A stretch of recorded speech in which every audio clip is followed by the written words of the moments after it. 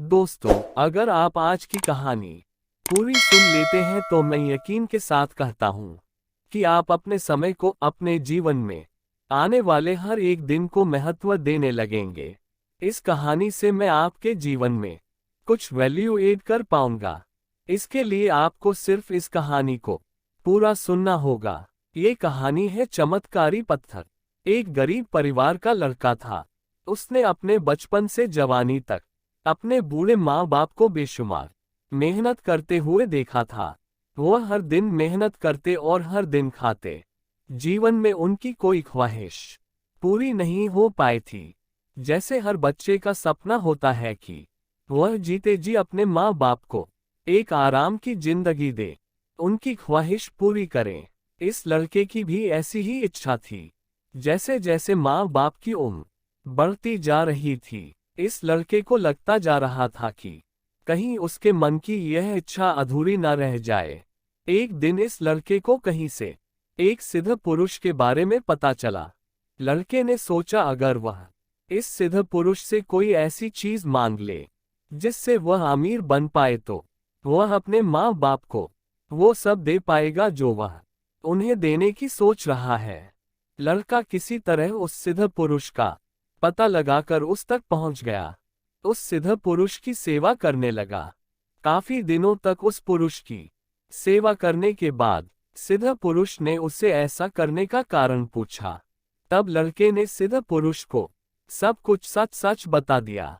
सिद्ध पुरुष को ये बात जानकर खुशी हुई कि लड़का अपने लिए नहीं लेकिन अपने माँ बाप के लिए धन दौलत कमाना चाहता है। इसलिए सिद्ध पुरुष उस लड़के को एक नदी के किनारे लेकर गए।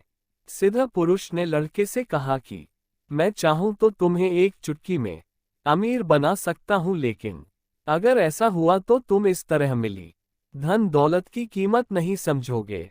इसलिए मैं तुम्हें इस जगह लेकर आया हूं। तुम इस नदी के किनारे ढेर सारे पत्थर देख रहे हो।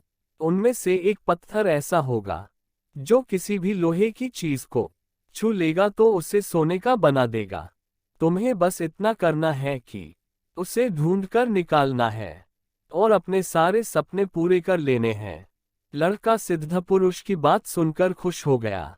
उसे लगा आखिरकार उसे ऐसा उपाय मिल गया जिससे वह कम समय में अपने माँ बाप की सारी इच्छा पूरी करने लायक पैसा जुटा पाएगा।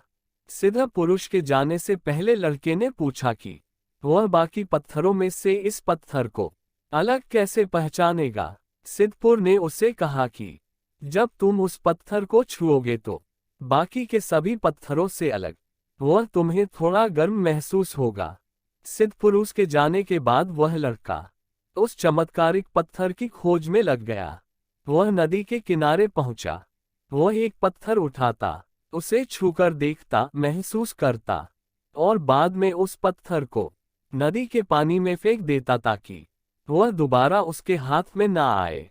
वह उस दिन कई घंटों तक यही काम करता रहा, लेकिन उसे वह पत्थर नहीं मिला। अगले एक हफ्ते तक उसने हार नहीं मानी और वह हर दिन आता और उन पत्थरों को छूकर देखता और नदी में फेंक देता। जैसे जैसे दिन बीतते जा रहे थे, वह पत्थरों को चुनने में और छूने में जल्दबाजी करने लगा।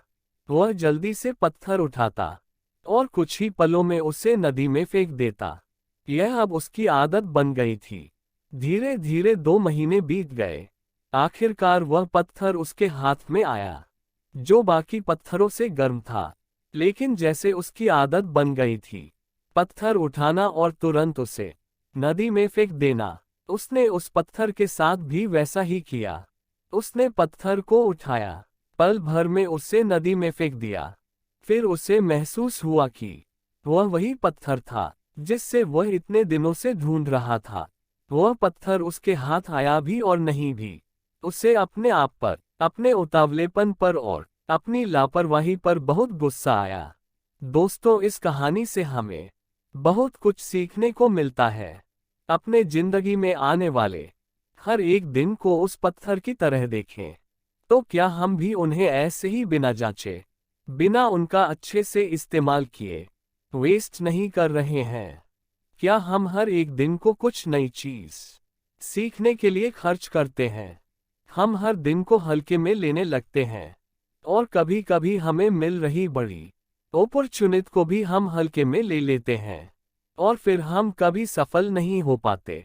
दोस्तों, आपको इस कहानी से क्या सीख मिली, हमें कमेंट करके बताएं। वीडियो को लाइक कीजिए और अपने दोस्तों को शेयर कीजिए और ऐसी ही कहानियों के लिए हमारे चैनल को सब्सक्राइब कीजिए।